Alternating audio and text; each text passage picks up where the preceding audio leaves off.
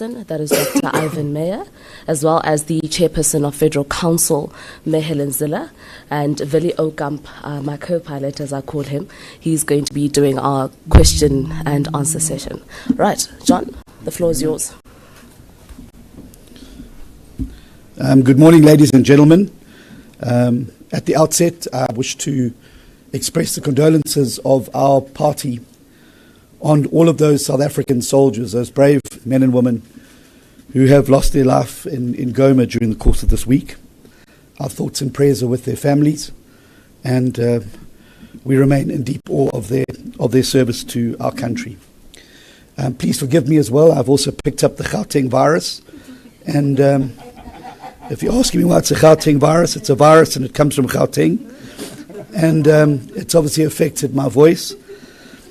As stated this past weekend and many times prior, the Democratic Alliance entered into the government of national unity with two key considerations in mind. Firstly, the ANC had insufficient votes to govern outright on their own, and therefore a coalition government was required.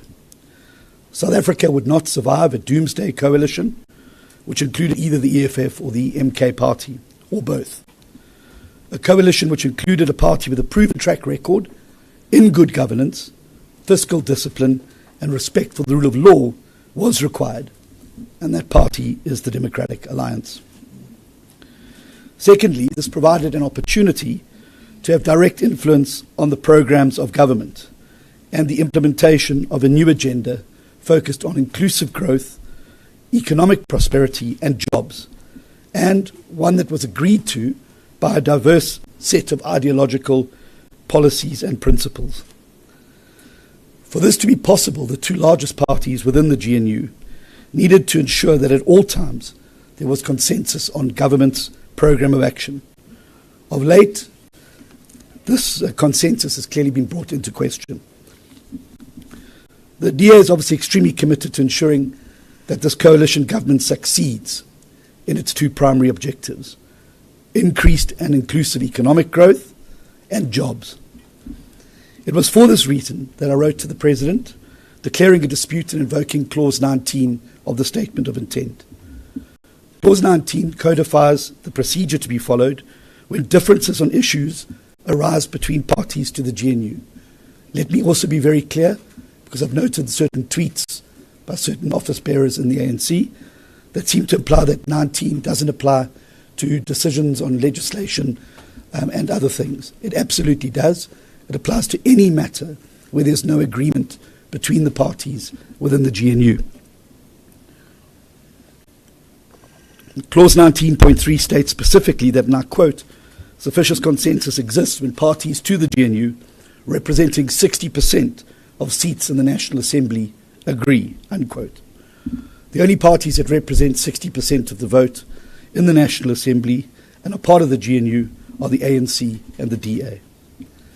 In my letter, and in the spirit of attempting to improve the relationship between the DA and the ANC, I insisted on a meeting with the President, and that this meeting must take place prior to the upcoming Cabinet Lekgotla, which is taking place over the next 2 days. This is where important government decisions are going to be made, and where the program of action for the government of national unity will be set out.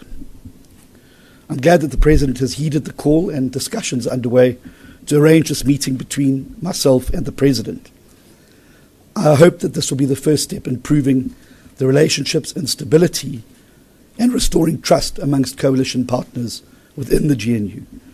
We remain committed to the government of national unity. We see it as a clear vehicle for economic growth and job creation. A very real risk to the country, however, still remains, and that risk is the implementation of the NHI. We have submitted over the course of the last few months detailed programs, alternatives, as well as costed different ways of being able to implement universal access to basic health care for all South Africans, regardless of their income status or geographic area. It is important to emphasize that the Democratic Alliance stands square behind universal access to basic health care for all South Africans. We do not, however, believe that the currently conceived NHI, as presented, will achieve universal health care and without doing significant damage to the private healthcare sector in South Africa, and also potentially causing the collapse or further collapse of the public healthcare sector. As stated when we entered the GNU, we said that the DA would not be part of any government which crashes the economy or trashes the Constitution. The implementation of the NHI in its current form, we believe, will destroy the private healthcare sector. The constitutional right to have access to healthcare services will also be severely compromised, if not totally destroyed. The subsequent economic decline and job losses will simply be unbearable. Tomorrow, Cabinet will meet to finalise the medium-term development plan, which will inform the budget, and the budget informs government's programme of action. Our submission to the President was clear around what we believe are concrete alternatives where we can find common ground on achieving universal access to basic health care for all South Africans, regardless of their income or geography.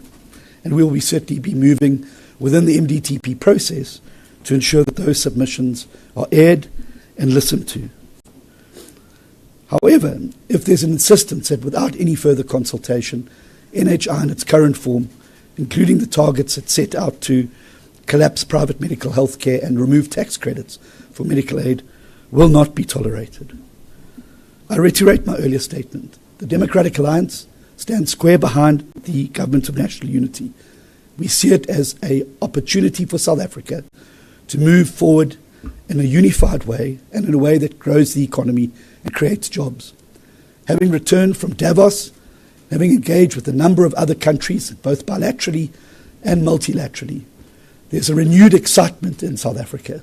Investors are looking at South Africa as a viable investment destination again.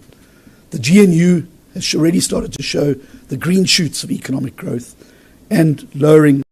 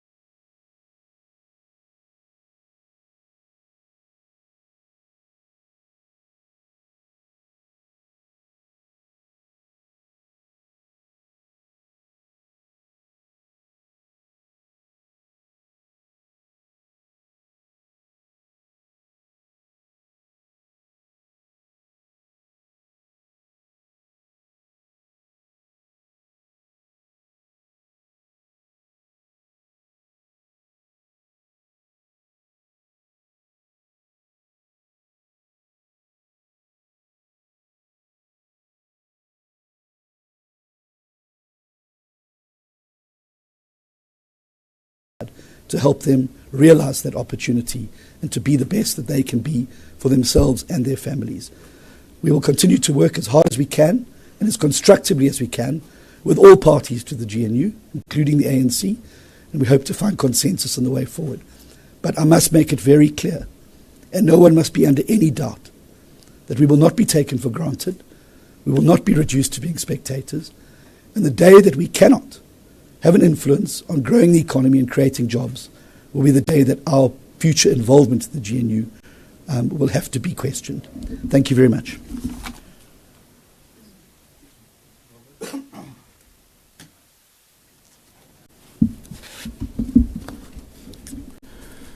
Thank you, John, and good morning, everybody. This weekend, in fact, yesterday, the Democratic Alliance Federal Council, which is the highest body outside a federal Congress, met here in Johannesburg.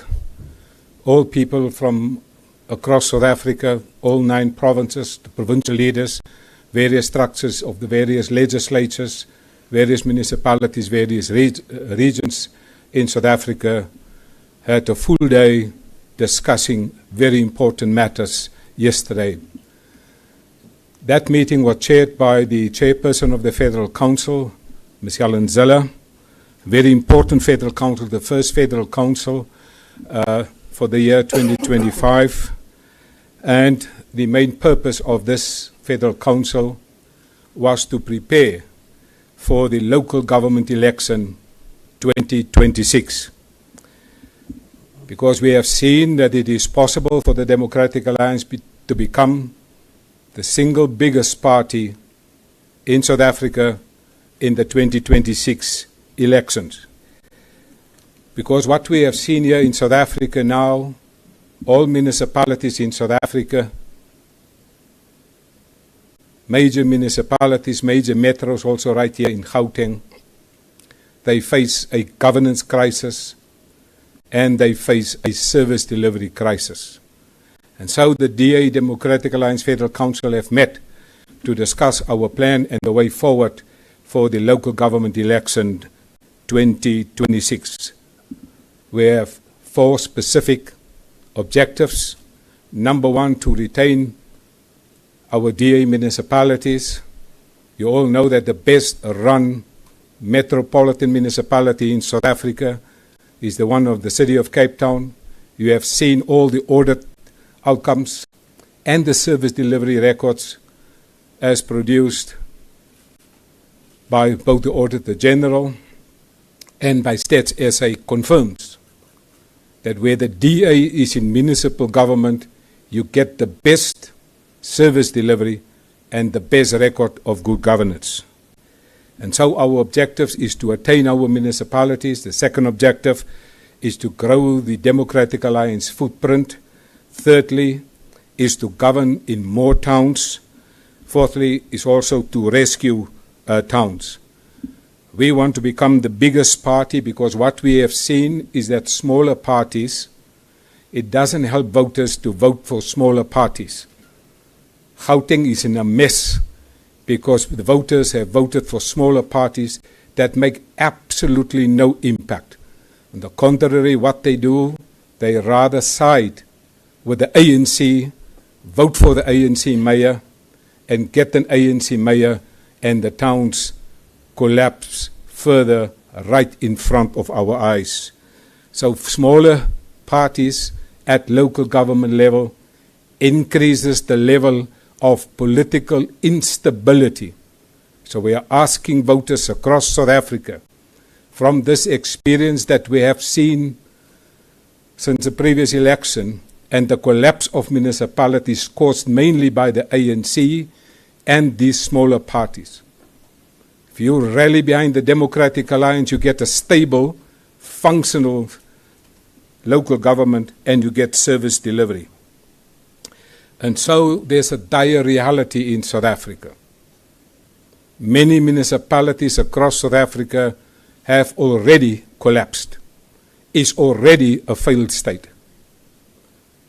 Almost every single municipality in the Free State, every single municipality in Northwest have already collapsed. Now we are now talking about the bread and butter politics of citizens. It affects citizens. There's a dire reality playing in front of us. What is that the reality at local government level? Well, we have seen that many towns clean water. Even here where we are right now in Gauteng, people failing to supply water. It has collapsed. Severe water insecurity. And even here in Gauteng, we now have a water tanker mafia filling the gaps. Criminals taking over. electricity supply falling apart, frequent breakdowns, and yet Eskom and NERSA is proposing a 40% increase in the tariffs. We have seen over the last 15 years South Africans becoming poorer in terms of the GDP per capita, and a 40% increase will just simply put many people out of jobs. The road infrastructure very critical. It has crumbled, potholes, no marking, no stormwater repairs and upgrades. We are now here in Gauteng, the financial capital of the continent, but the roads are crumbling right in front of us. Street lights, mass lights, not working. It's a haven for crime. I traveled yesterday from here, Johannesburg, to Pretoria. Many of the traffic lights were not working.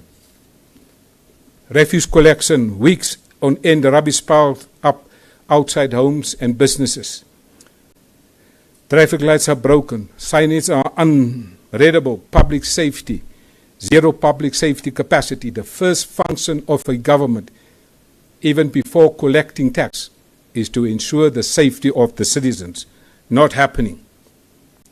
Grass cutting, no mowers, no tractors, parks and public spaces, no care, no upgrades, illegal dumping. In fact, during the election, I was in Morofeng. There, in the ward where the mayor was a dumping site this high, and he lives in that ward. Not caring, not interested. But there's hope. We can fix this mess. But this requires a new government. A government led by the party, the Democratic Alliance, because we know how to deliver and we have a track record. Now, this is not me speaking to you. This is the Auditor General of South Africa, and this is Stats SA. They measure, for example, 4 specific things. Access to water, where the DA governs the best.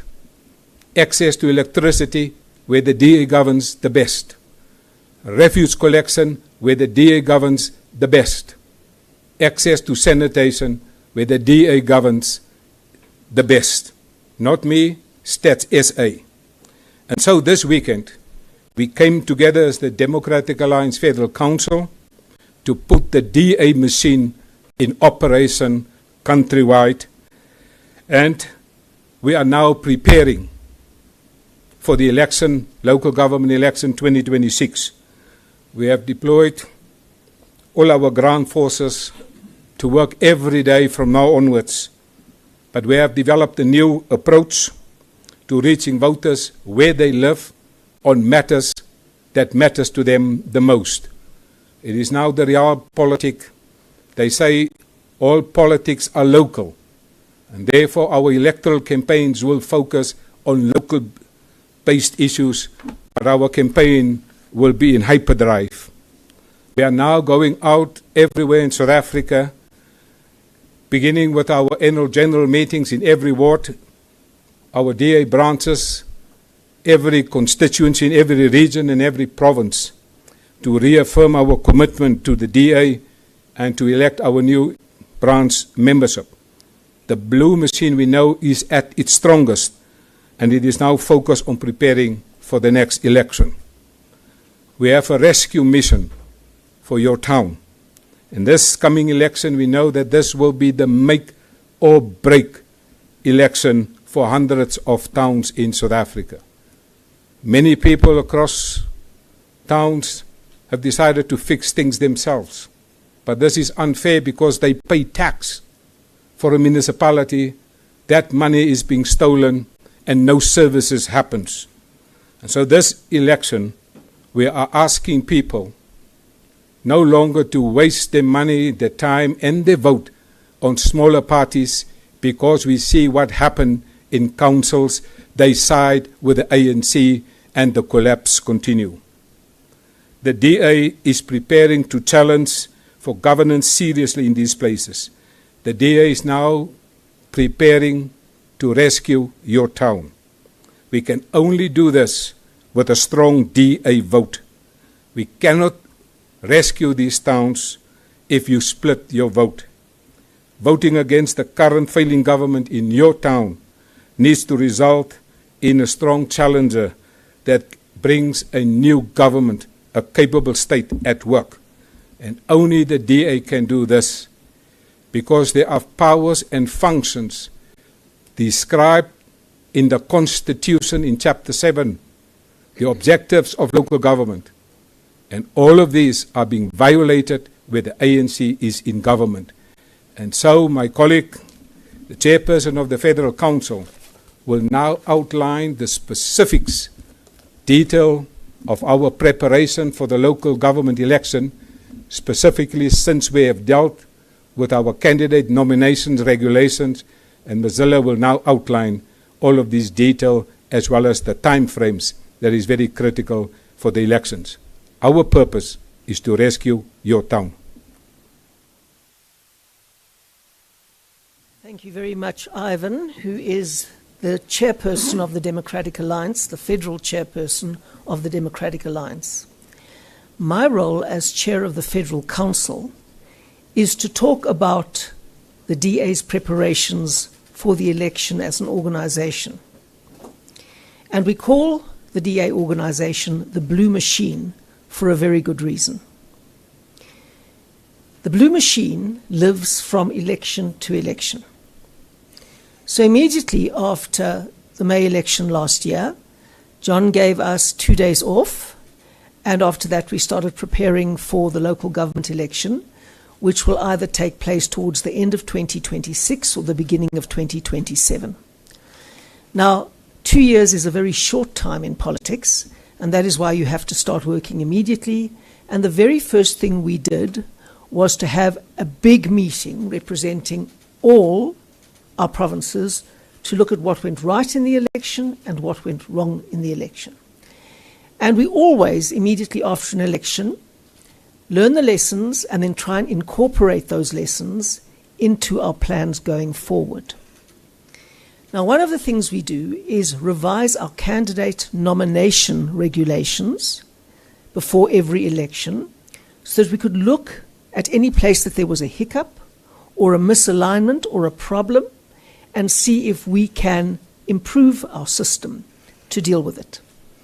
So shortly after the national election last year, we asked all provinces to submit any amendments they wanted to have to the candidate nomination regulations. Now, the DA has very detailed candidate nomination regulations that prescribes fair processes for everybody to ensure that we get the very best talent South Africa can offer. And let me underline that. It's not the very best talent the DA can offer. It's the very best talent South Africa can offer to come into the ranks of the DA and contest for a place, an electable place, on our lists. So we don't fish in the same small DA pond over and over again. The entire purpose is to say, let's look to see who out there is passionate about their community, who is at one or aligned to the DA's value set, and is prepared to work day and night to rescue South Africa. And the public representatives in the DA do that and do conform with that notion, and they get performance managed to ensure that they do and that they retain that idea. But there are many people outside the DA that we're wanting to bring into. And our candidate search and our candidate nomination regulations are designed to do that. On the 2nd of December, we had our first virtual meeting to discuss the updating of our candidate nomination regulations, clause by clause. And this year we had an in-person meeting yesterday on the 27th of January to finalize our candidate nomination regulations. A Herculean task, but they are now adopted by the Federal Council. They will be implemented by the Blue Machine and the relevant people who manage these processes within the Democratic Alliance. They will be free, fair, and open to all applicants who will get a fair and equal chance in front of our electoral colleges, in front of our selection panels, and in all the evaluations that we do on our perform system for incumbents. Now, I haven't told you what a dire state our municipalities are in, certainly outside of the Western Cape. And you will never get growth and jobs if you have failing government. Growth and jobs only comes from investment. Investment only happens where people have confidence in the future. No one is going to invest in a place where there isn't reliable electricity, where there isn't clean and reliable water, where you can't flush a toilet, and you can't transport your goods because the transport infrastructure has collapsed. No one.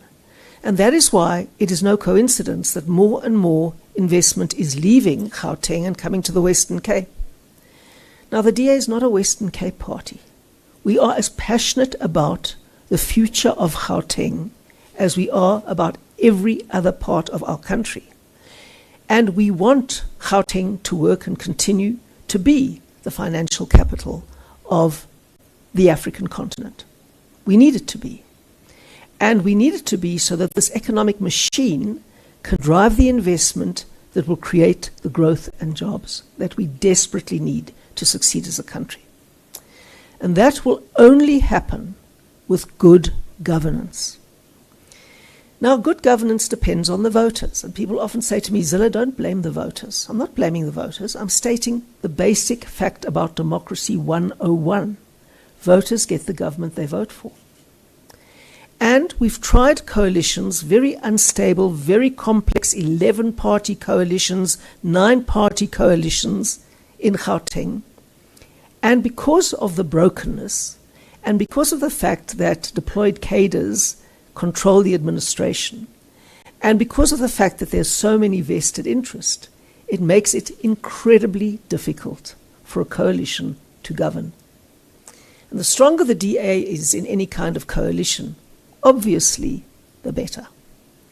And if the DA does emerge as the biggest party in all the metros, then we're in a position to put up an executive mayoral candidate and to make sure that we can follow the DA's tried and tested recipe of turning things around and making things successful.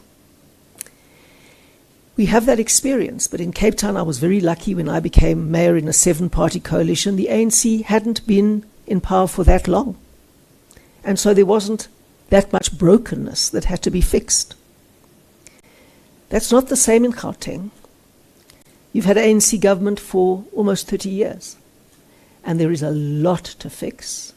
And with the exit of a lot of capital and skills from Gauteng, it shrinks the rate base and it makes it more and more difficult to do so. So we're not exaggerating when we say to people that time is genuinely running out. And there comes a point of no return. So, that was the purpose of our candidate selection process review. How are we going to find the very best people who are up to this crucial challenge? And how are we going to prepare them for the rigors and the incredible burdens that they're going to face going forward? So this year, we have decided to run what we call a catalyst program. We advertised very widely for it in September last year. We got a lot of applicants and we chose the very best people with skills, a track record. These aren't entry-level people. These are people who have had some serious experience before and who now believe that it's make or break for South African local government and who want to come and throw their skills into the DA to help us rescue our towns and cities. And out of the many applicants we got, we chose 77 candidates who are going to be on our year-long catalyst program to prepare people for the rigors of the candidate selection process in which they will have to compete. There's no guarantee to anyone that they will be on an electable position on a list. But to be sure that we are finding ways of being a magnet to skilled people, mid-level professionals high-level professionals who want to come into politics because they understand that unless we fix the towns and cities politically through good governance, the rest is unattainable. And rescuing South Africa is also unattainable.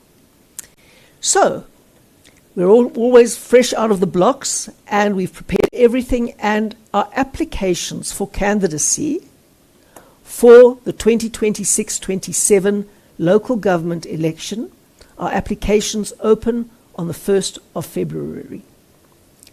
So that's when people can start submitting their CVs. We've got a very clear online process for applications, and we are going to call far and wide for people to apply. Then, on the 1st of March, we will be opening applications for mayoral candidates in our metros. Obviously, our metros are going to be ground zero in this election, especially the Gauteng metros. We're on the search for the brightest and the best and the most capable from inside the DA's ranks and from outside the DA's ranks. Because we don't close the door to talented people from outside, we look actively for talented people from outside. And I recall many years ago in the early 2000s when we first advertised for candidates, the media all laughed at us. None of you, because I don't think many of you were around then. But the media all laughed at us because they said, don't you have, Mr. Mbedges is an exception, but nevertheless, most of you weren't here then, and the media all laughed at us, and they said, don't you have enough people inside the DA? Why are you advertising? And we said, of course we have enough people inside, but there are a lot of people outside that we would also like to have because they're good and they're coming in and competing with our candidates, and they prevent us from becoming complacent, and we have to be on point in everything that we do. And so that is our philosophy, and that is how we function. And so we're on a big search for metro mayoral candidates inside and outside the party. So we've got a timetable for the entire election campaign. And the Blue Machine does things on time and within budget. And we've got a very good staff component who are a greased and oiled machine in delivering elections. We're on it, as they say, the young kids say, ons is op het, and we are going to put every ounce of our energy and commitment to continue our rescue mission in South Africa by becoming the biggest party in the major metropolitan municipalities of South Africa. Once we've done that, it will be a critical watershed to saving the Gauteng economy, to putting Gauteng on a path of hope and economic growth and creating jobs and helping our country become the success we know it can be.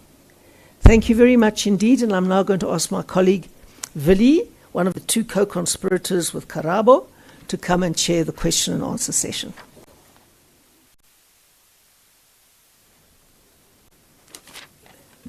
Thank you very much, Helen. Good morning, colleagues from the media, and thank you to everybody for being here. We've got a full house again. We had a full house on Saturday, so thank you very much. You are always welcome, and it's a privilege for us to share with you our vision with regards to all the various aspects.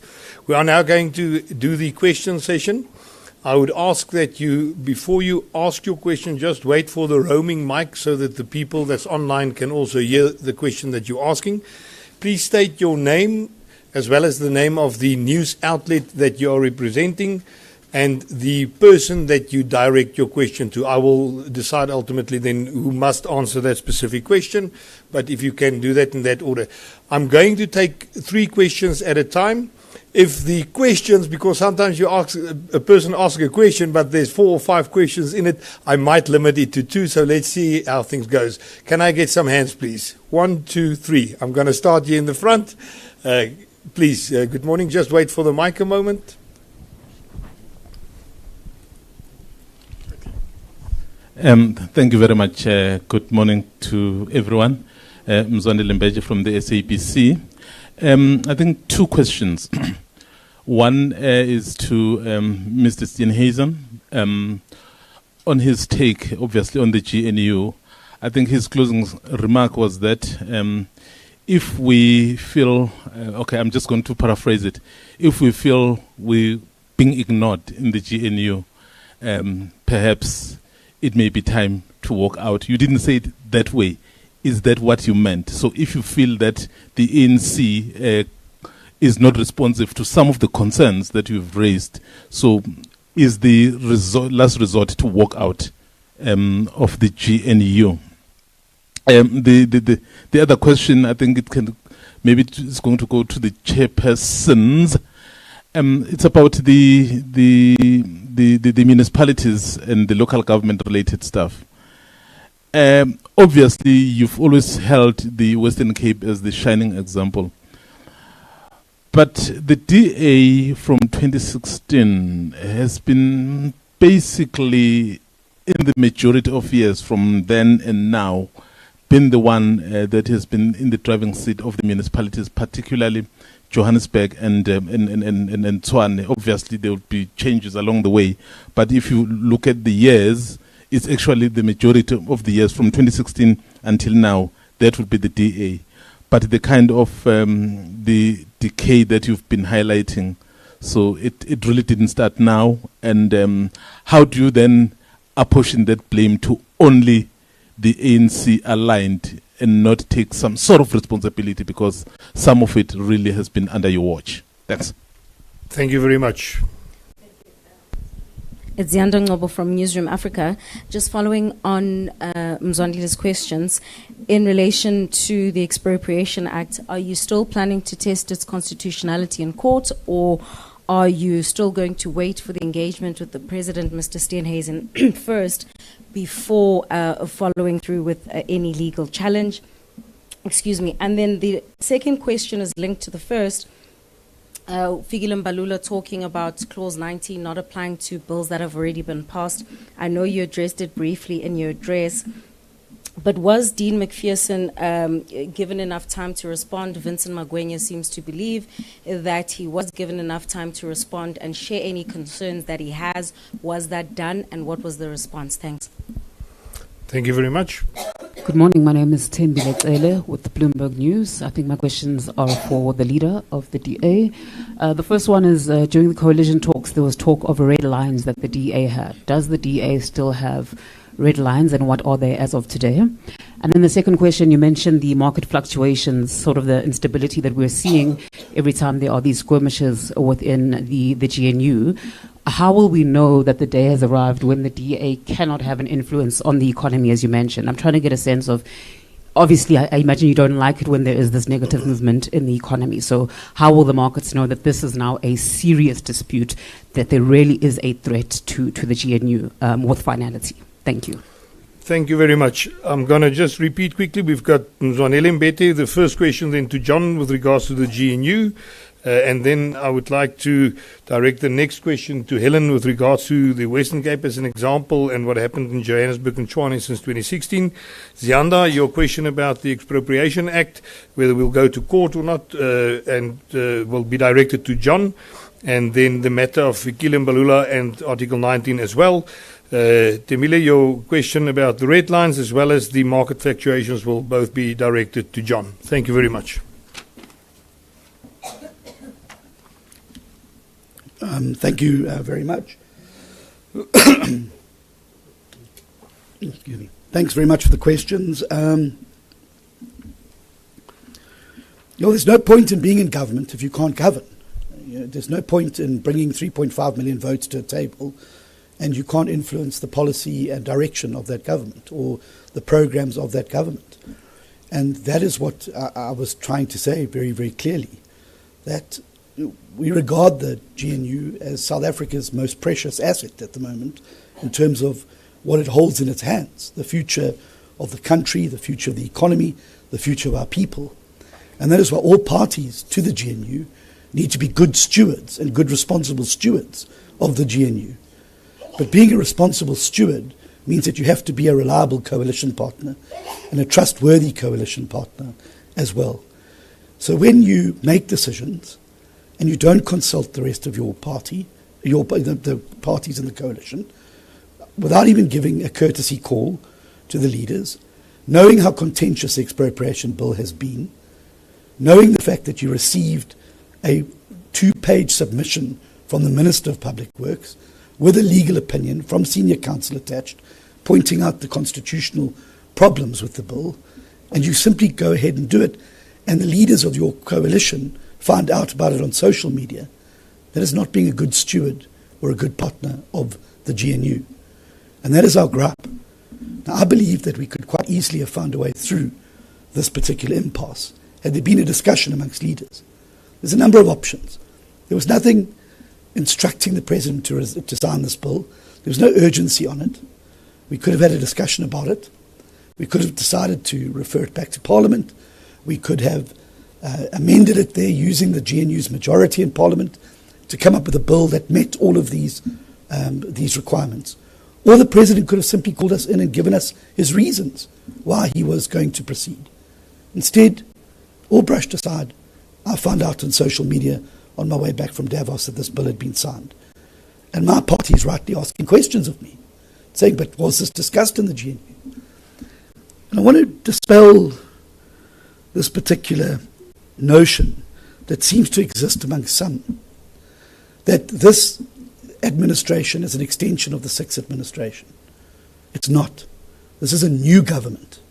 It's not the same government that's picked up the reins from the last election and carrying on. The voters of South Africa in the last election took the ANC's majority away from them. The Seventh administration is a coalition government.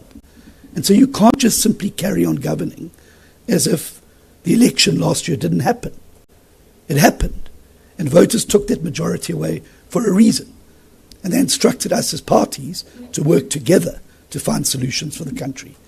And so this notion that, well, something was done in the Sixth administration suddenly makes it all right for the Seventh administration. That's not how coalitions work. There's no government in the world that works like that. Zianda, there were large, as I say, submissions made by the Minister of Public Works on this bill, along with a very clear legal opinion from one of South Africa's best senior counsels, indicating the problems with the bill. Now, some people are a bit confused about this because they think this bill has amended the Constitution, or amended Section 25. It hasn't done that. But what it has done is set out the procedure for expropriation to take place in South Africa. But the problem is that the bill contains two wholly contradictory procedures within the bill, which is going to make it impossible for any court to adjudicate should the bill be tested. And it's that concern that was raised in the opinion, and is that concern that has exercised the Minister. And had we just sat around a table and had a discussion about this, we could have ironed these things out. And so we've got to move forward. We've got to move forward in trying to find ways to deal with these things going forward. But it cannot be simply a case of it's our way or the highway. And it's a lesson the DA had to learn as well when we started out in coalitions. You've got to understand that everyone in a coalition is a minority party. There's no majority party in a coalition. And you can't just carry on doing what you want to do. I mean, I remember the times we were accused of being bullies and every name under the sun. You learn within the coalition environment that you need all the parties in that coalition to help you get through what you need to get through. And you can't just simply treat coalition partners, especially the largest of those in your coalition, as some sort of number providers for your will. We take the responsibility of being in government incredibly seriously, and I think that's reflected in the work to date by DA ministers and the incredible work that they've done. Every one of those ministers going into the medium-term development plan has submitted very clear and key KPIs and ideas for the medium-term development plan about how we can grow the economy and create jobs in each of their portfolios.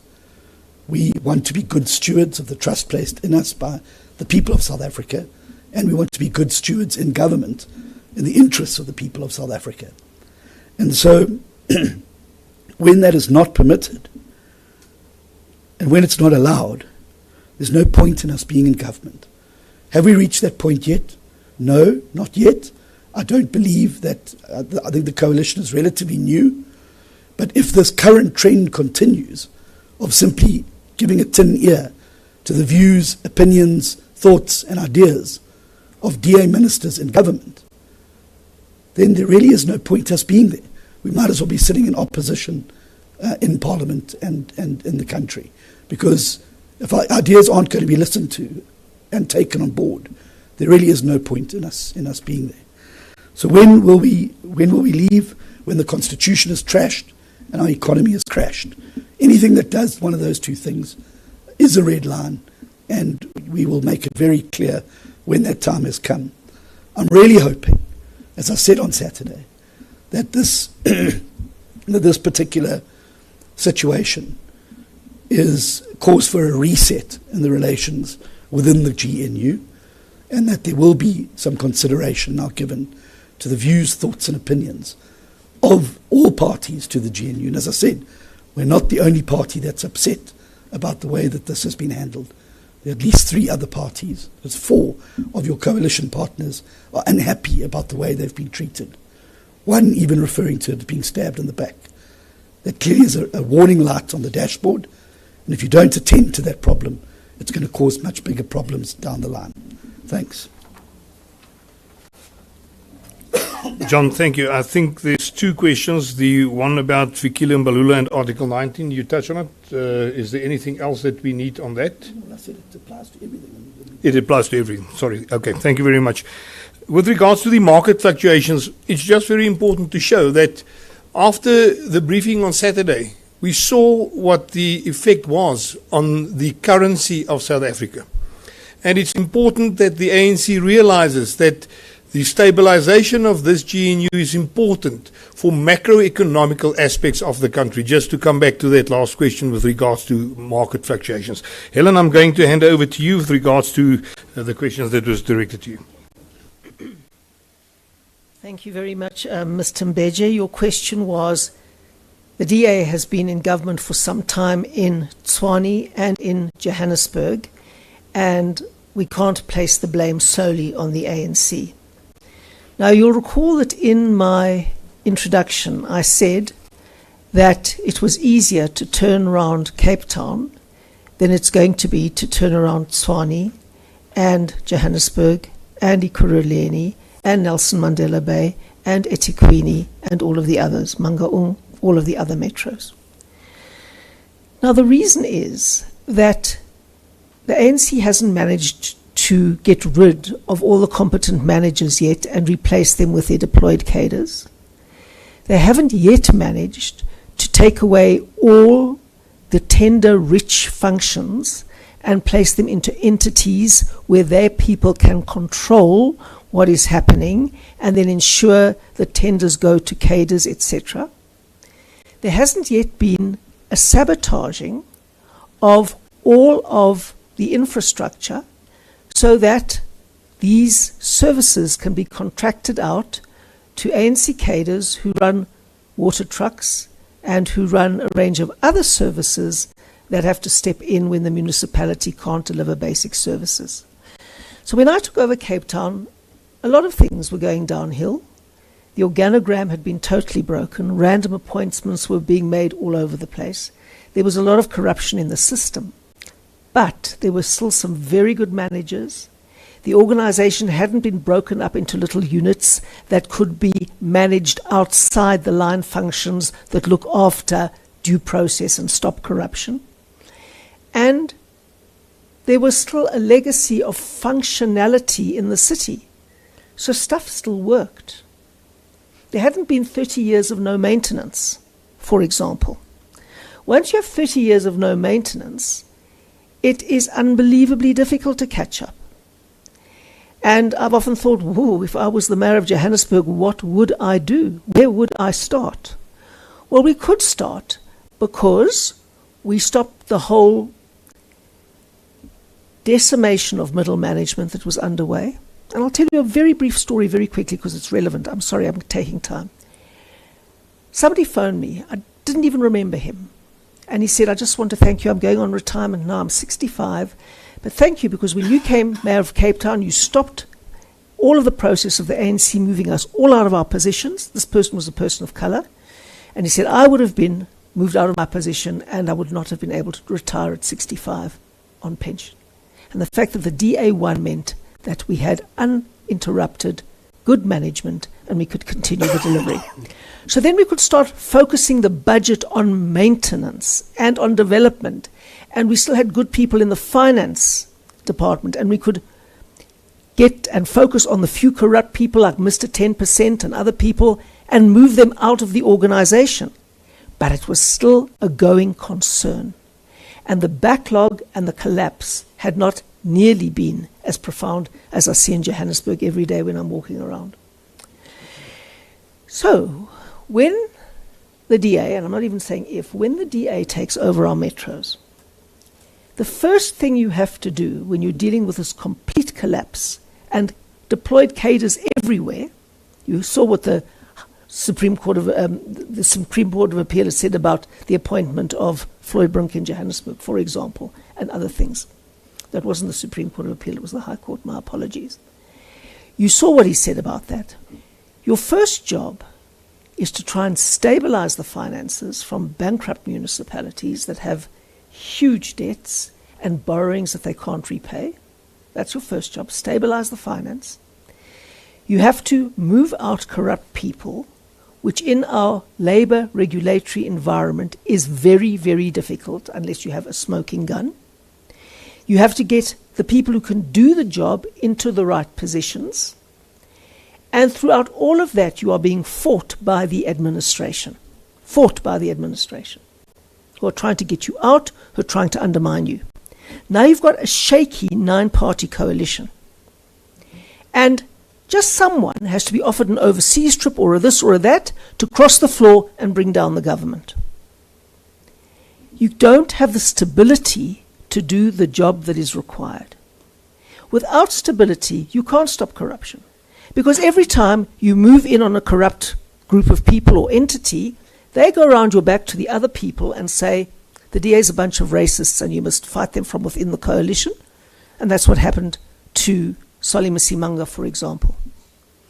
And so, without stability, you can achieve nothing. And if you have a coalition of 9 partners, you can't have stability. Now, in Tshwane, we actually were making some progress until the EFF and the ANC walked out of every single council meeting to crash the quorum, to make it impossible for us to pass budgets, and to make it impossible for us to do the work of the municipality. They put us under administration because they said we couldn't do that necessary work, but they put us under administration because they deliberately prevented us from doing that work. When they did that, the city had a budget surplus. When we won in court, and the court said you may not deliberately crash a quorum in a council to prevent it from doing its work so that the council can be put under administration. When the court said that and we got back, the city was in billions of debt because it had been looted. That's after nearly 2 years of administration by the ANC. So you must understand what you are up against in these Gauteng metros. Voting for the ANC has consequences. And nowhere do you see the consequences as clearly as you're seeing them in Johannesburg. Tragic. It's an absolute tragedy. I was raised here. I was born here and raised here. So, if we don't have a stable, firm base, maybe with 1 or 2 coalition partners who are committed to fixing Joburg as well, it's what the Afrikaners call an onbegonnen taak. You can't do it, right? Now, people may not like the DA particularly. We're not perfect. No political party is. But we're certainly the very, very best there is on offer. And we're the only one, frankly, the only one, that has the skills, the capacity, the history, the experience, and the policies to turn down these metros. But for the first 5 years, we will only be stabilizing the finance, only be stopping corruption, and only getting the right people in the right positions. And when you've done that, then you can have liftoff. In Cape Town, we could show changes almost instantly because the rot was like an apple just on the one side. It wasn't right through the entire fruit. And that's what makes a massive difference. I'm sorry I've taken a bit of time answering that question, but you need to get the critical importance of stopping the rot early, because there is a time when you are beyond the point of no return.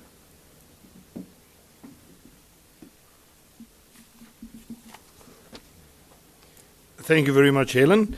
Let's take the next round. Can I have hands? I'm taking it from this side. 1, 2, 3. Can we just get the roaming mic? The next questions, I will go to the other side. Good day, Buleli Treaty Jones from ENCA. Directed to Mr. Steenhuisen. Are you looking at, as the DA, proposing further internal mechanisms to address potential policy conflict or contradictions in the GNU where you don't reach agreement with other parties or mainly with the ANC? That's number one. And of course, to Helen, the ANC and Freedom Front Plus voted to oust the DA from the mayor's office in Swellendam in the Western Cape. We've seen a similar pattern in other municipalities where the Freedom Front has been working with the ANC to oust DA mayors. Are you concerned about this? Will you be speaking to the Freedom Front Plus because you've been having a healthy relationship in many municipalities working together and voting together? Thank you. Next person. Pule has sort of asked my questions. My name is Liza Gatando. I'm from Times Live. The only question that is outstanding, just to add on to Pule's question around Swellendam, what is the state of your relationship with the Freedom Front Plus as of today? And John, perhaps can we have a reaction from you on the US President deciding to suspend all foreign development assistance?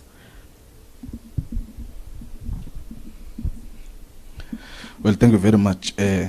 My name is Lunga from the Mail and Guardian. I just have a few questions. Fikile Mbalula did say that the DA was aware that there was these bills as you went into government with the ANC. Does the DA feel trapped that they were put in ministerial positions where they had to implement policies that they would normally be against? I'm talking about the issue of the Bella Act. We see CVW is there, and also now within the issue of this expropriation bill. I'm just trying to. And also, is it not mischievous for the minister to say he won't be implementing policies simply because she is from the DA? I mean, he's a minister of everyone. It's just not a DA minister. And also, with Helen, you just said that if the more people are in a coalition, the more unstable it becomes. Would you have rather had the ANC and ousted the others in the GNU to totally just have a two-party coalition? And also, maybe lastly, where do you stand with the? 2 weeks ago you were calling for Nchaveni to step down as the DA with so many other parties. The issue of JP Smith, if you were raising transparency and allowing the law to take its course, would you not rather have the two MECs in Western Cape removed until they clear their names? Thank you. Thank you very much, Lunga. Yeah, that was 4 questions. We've got quite a lot of questions. I'm going to not direct specific questions to anyone. John, I think there's a whole range of issues that you can touch on as well as Helen. I'm going to start with you, John. Thank you very much.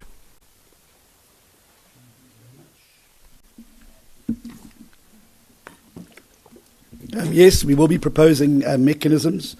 It's very clear that there does need to be a far more high-level engagement that happens between the leaders of parties more regularly. If one looks at the coalition in Great Britain that existed, they had what was called a quad, where the 2 leaders and 2 others from each of their parties would attend and thrash out issues before they went to cabinet. So I definitely do think there's scope for more engagement between the leaders of the political parties. The clearinghouse mechanism that exists does not have terms of reference. And the clearinghouse mechanism itself cannot be a substitute for the statement of intent, where clause 19.3 is very, very clear that that there has to be sufficient consensus. Sufficient consensus is clearly defined within that statement of intent. And again, this was a document that was signed freely, willingly, and with open eyes by all parties to the Government of National Unity. And it wasn't something that was inserted later. It was there in black and white at the beginning of the process. And the statement of intent is the foundation upon which the GNU is built.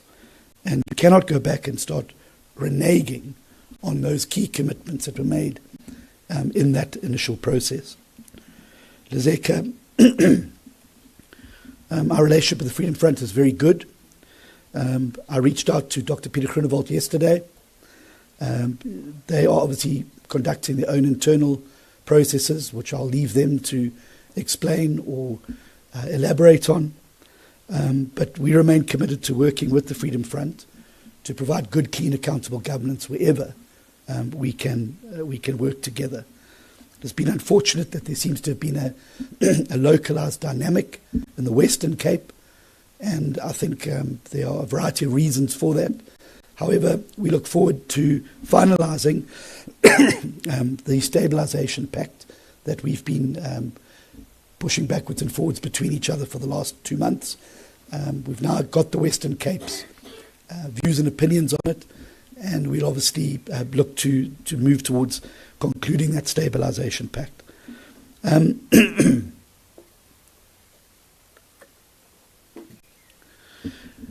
terms of the funding, I'm very concerned about it. I'm very concerned about the signalling and what this may mean for broader agreements like AGOA further down the line, which we know is supposed to be finalized in September of this year.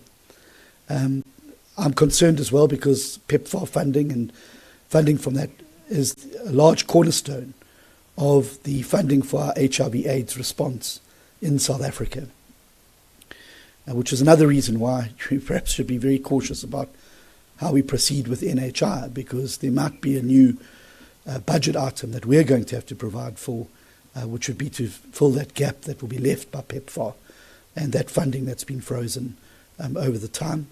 And I think it's another reason why we should proceed with caution, with just simply trashing the healthcare sector over an ideological desire rather than something that's based on costed, evidence-based decision-making. Lunga, we don't feel trapped. We went into the coalition with our eyes wide open. We knew exactly what the risks were, but equally we knew exactly what the risks were for us not to go into the coalition.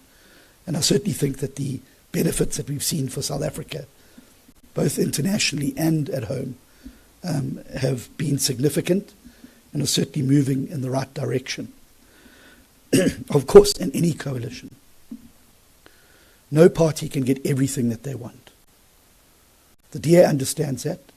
We've accepted there are going to be areas where we need to compromise, where we need to retrim our sails. That's a natural flow of what happens in coalitions. That's why most parties like to get a majority, because you don't then have to temper what you want to do by the views and opinions of other parties. But the people of South Africa chose not to give any party a majority, and we must work together.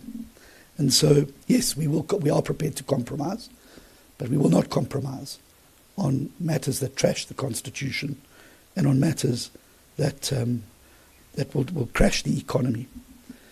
We went into this coalition with our eyes wide open, and it was for that reason that Minister McPherson addressed his letter to the President last year, midway through, I think it was in the opening few months of the coalition, saying to the President, I know this bill is on your desk.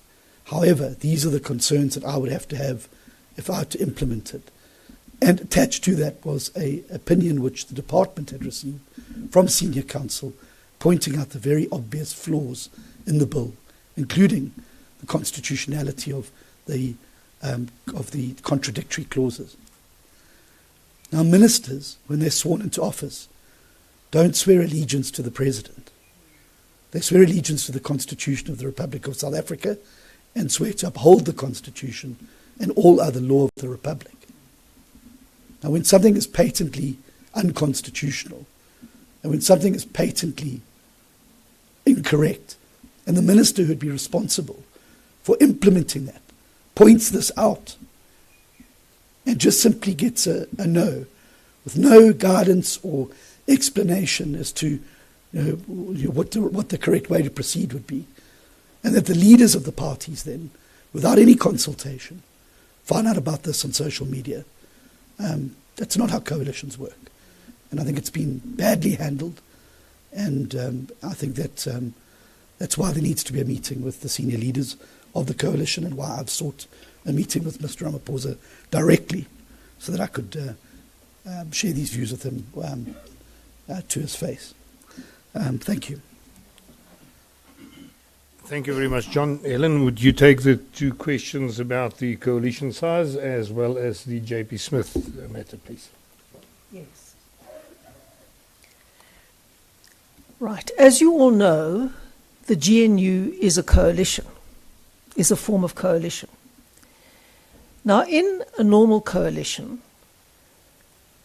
you have a situation, a starting situation, where no party got 50% plus one of the vote, and they would like to get above 50%, so they look for coalition partners to bring them above 50%.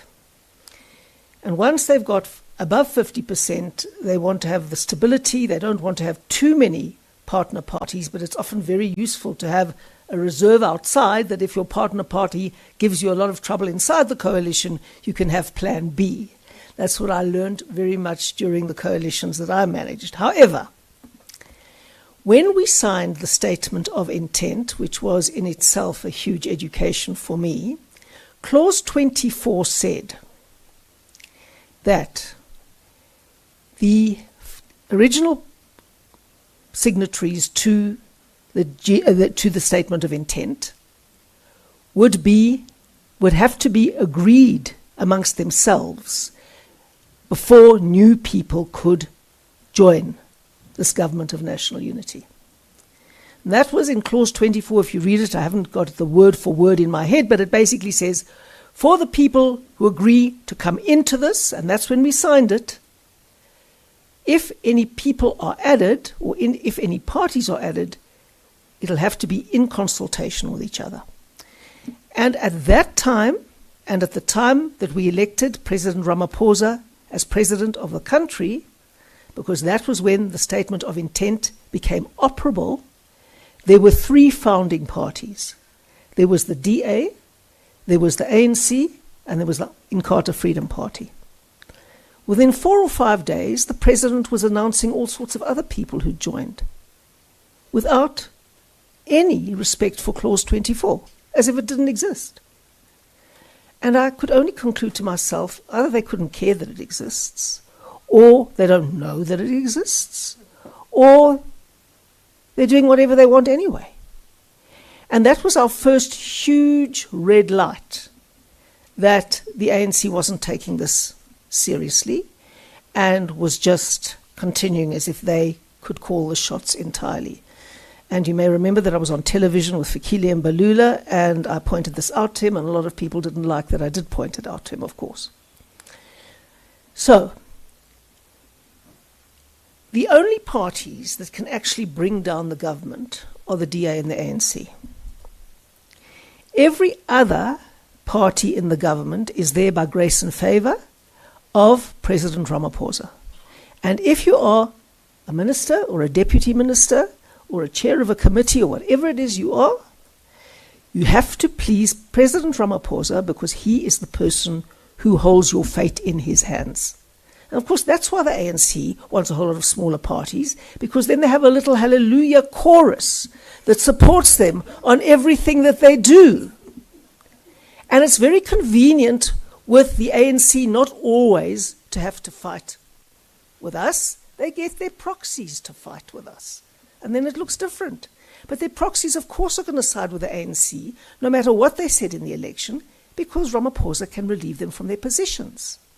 Now, we are not there by grace and favour of the president. We are there by grace and favour of the voters. The voters gave us the balance of power.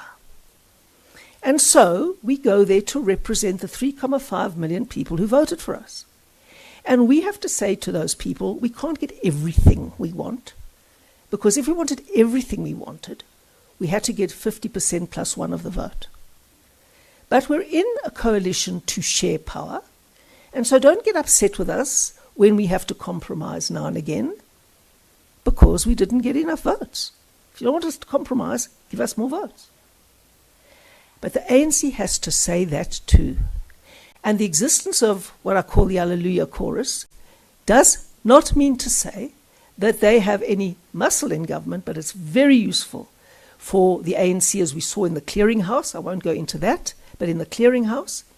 And in fact, there are two parties that can bring down the government, and so two major coalition partners in the GNU are the DA and the ANC.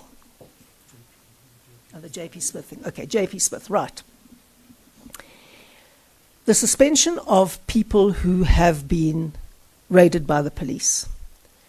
Now, Jordan Hill-Lewis is the mayor of Cape Town, and he has had to determine whether to suspend. I think so far it is 4 councillors who have been accused of infringements that might warrant suspension.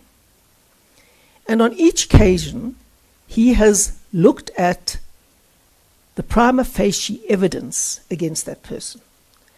Now, I'll take the example of the most common issue that's been raised, and that is the example of Malusi Boy, who was arrested and now charged on several quite serious counts of corruption involving housing projects.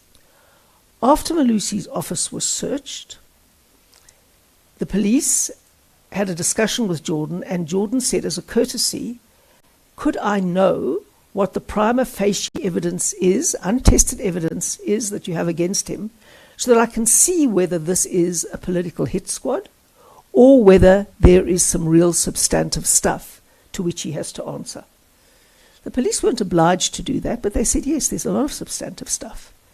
And untested evidence, but prima facie evidence, convinced the mayor that there was a serious case that Malusi had to answer, and he therefore suspended him.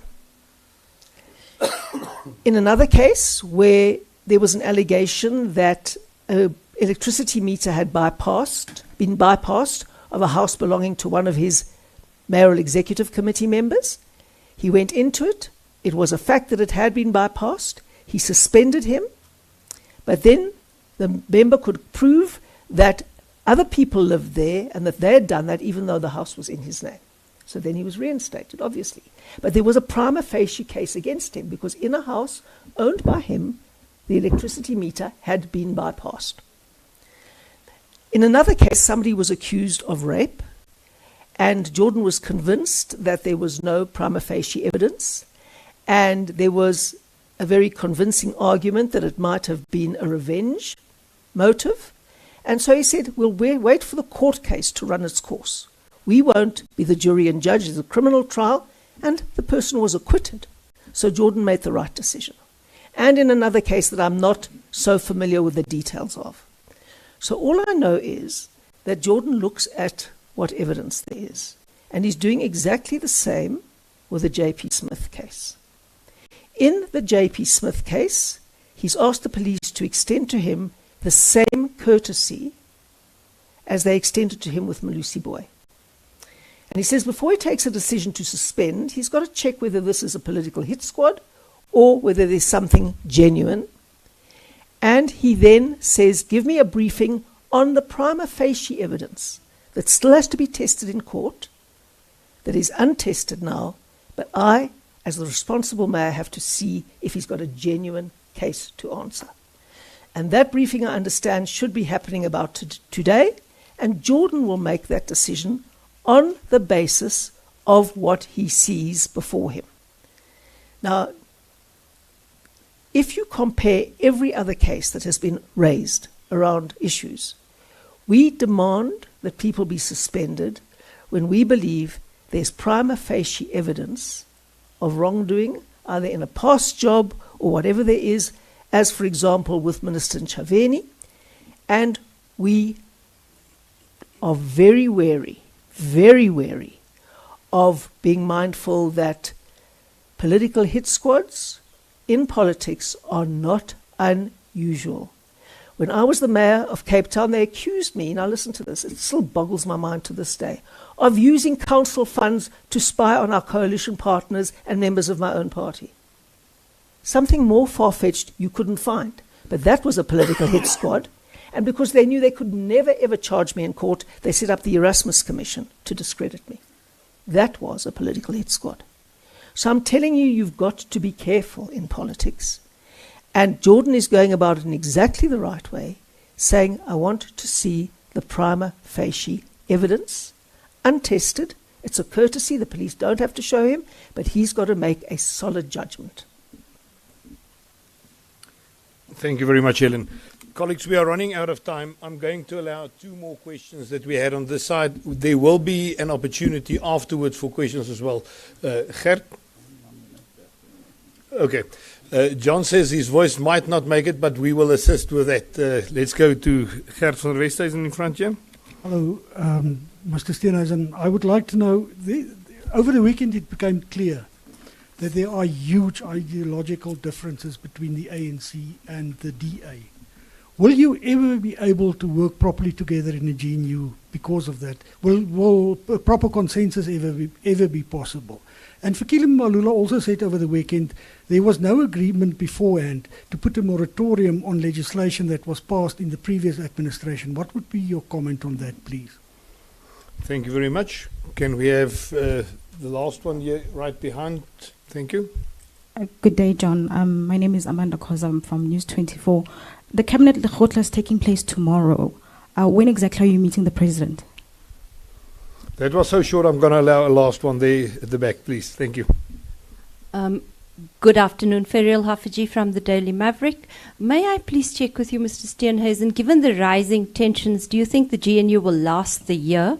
And secondly, under what conditions will you withhold support for passing the budget come February? Thank you. Thank you very much. John, we've got it's 4 questions, but you can, if you are fine with it with your voice. Sure, thanks.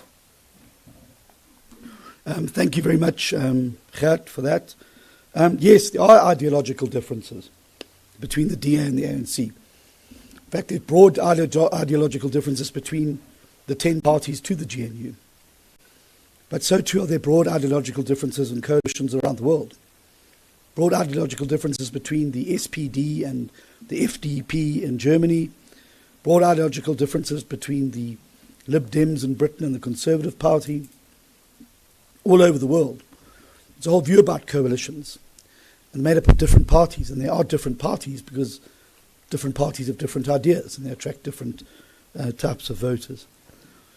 But ideological differences shouldn't be a gulf when you're coming together around a common set of objectives.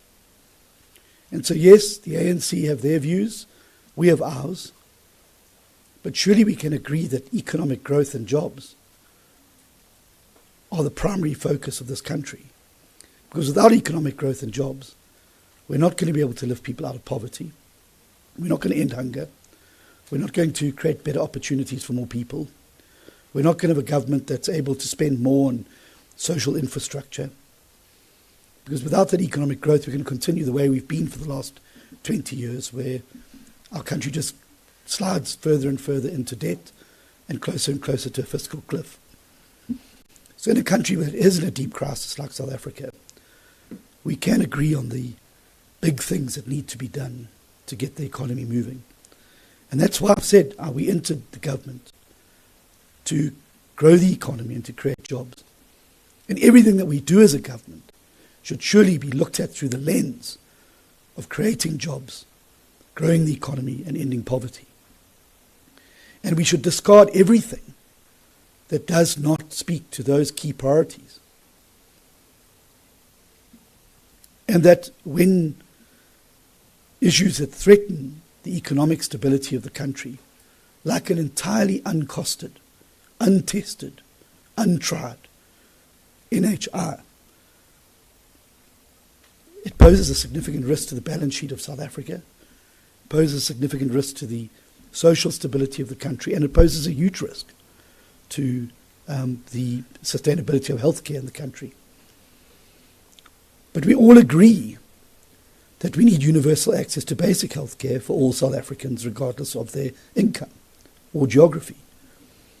And surely we can work together to fixing that. So let's start by fixing the public healthcare system. Let's focus on public-private partnerships like we've done with Operation Vulindlela. Let's rather start with the suggestions made by the private hospital groups, by the practitioners, all of whom have signed a big red warning line. There's a problem here. How does it make economic sense to proceed with something when there's such vehement opposition from the very people who you're going to expect to implement it? How do you proceed with something honestly in a budget where it's completely uncosted and where even the most conservative estimates place it way beyond the reach of what we're able to afford in the current fiscal envelope? But that doesn't mean we can't start doing what we've already done in the Western Cape. Let's focus on improving treatment of people at hospitals, public healthcare facilities. Focus on improving the experience of people with the interface with the public healthcare system. Employing more nurses and doctors. Making sure we improve standards there. Those are the things that we can all agree in the medium-term development plan need to be done. And I don't think that anyone could disagree with that. So in a coalition where there are ideological differences, you focus on the things that you can get right. And let me be very clear. We're not here to implement the national democratic revolution. That's the ANC's ideology. It's not the ideology of the Government of National Unity. There are 9 other parties in that GNU, and they all have their own views and opinions. And we're not there to implement the NDR. We're there to promote growth and jobs. And that's our focus there. Amanda, the meeting is taking place later this evening. I'm obviously waiting finalization from the President's office. It's scheduled to take place then at least. Ferial's question, sorry. Will the GNU last? Yeah, I think the GNU will last if there's a genuine commitment by the parties to be proper stewards and good coalition partners. So I said very clearly, we are committed to the GNU. We regard it as South Africa's most precious asset at the moment, given what we are seeing, the effect of it on economic growth and jobs already. And it's not something we've entered lightly, and it's certainly not something we'll exit lightly. But the moment we're unable to promote jobs and economic growth, and that we are treated as bystanders in a government which we bring a large share of the votes to, it will obviously have to reconsider. So I believe it can last. I believe it must last. I think the alternatives are too ghastly to contemplate. But it requires then a maturity. Sorry. It requires a level of maturity and partnership that to date has not been displayed. And I think if we're going to make this thing last in the interests of South Africa, which I think it behoves us to do, then I think we need to move into a new reset era where there is greater consensus on decision making. And it applies on everything. South Africa's international relations stance. This is not an ANC government anymore. There are other parties with different views and opinions. And we must have those discussions. How do we get the economy growing? Yes, you've got different views and opinions, but how do we focus on the levers of growth and job creation?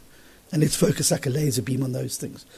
There are so many challenges facing our country after 20 years of absolute flat economic growth and our country heading in the wrong direction. There's lots to overcome.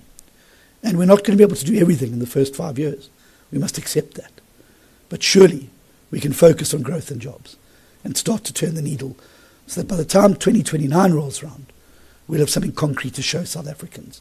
An economy that's more inclusive and growing, more people in work, more children with greater opportunities when they leave school, better public service that processes and treats people like customers, making sure that we've got access to cheap internet so that more entrepreneurs can start up, making sure our basic education system is working, making sure that there's justice for small fisher folk in small towns around South Africa, making sure we build the rural economy, making sure we're able to move people out of subsistence farming into family farming and commercial farming. If we can show South Africans those things by 2029, I think we'd be able to look back with pride at this time and see these difficulties that we had, but know in the end it was worth it. But that can only come if there's a reset in the relations in the GNU and that we're treated as partners, not as bystanders. Thank you very much. Oh, the budget. Well, if you include NHI and you abolish medical aids and have it transferred into a fund, there's no ways we'd be able to support a budget like that because it's not a real budget. The billions of rands that NHI is expected to cost you will blow out the budget massively.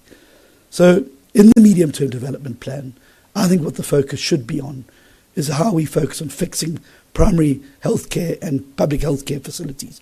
And we pour money and effort and resources into that. Once we've done that, we can come back and have a debate around medical aids and medical tax credits at a later stage. But my worry is that you're going to crash the entire system and it will be a catastrophic economic blow for South Africa as well. Thanks. Thank you very much, John. Colleagues, sorry.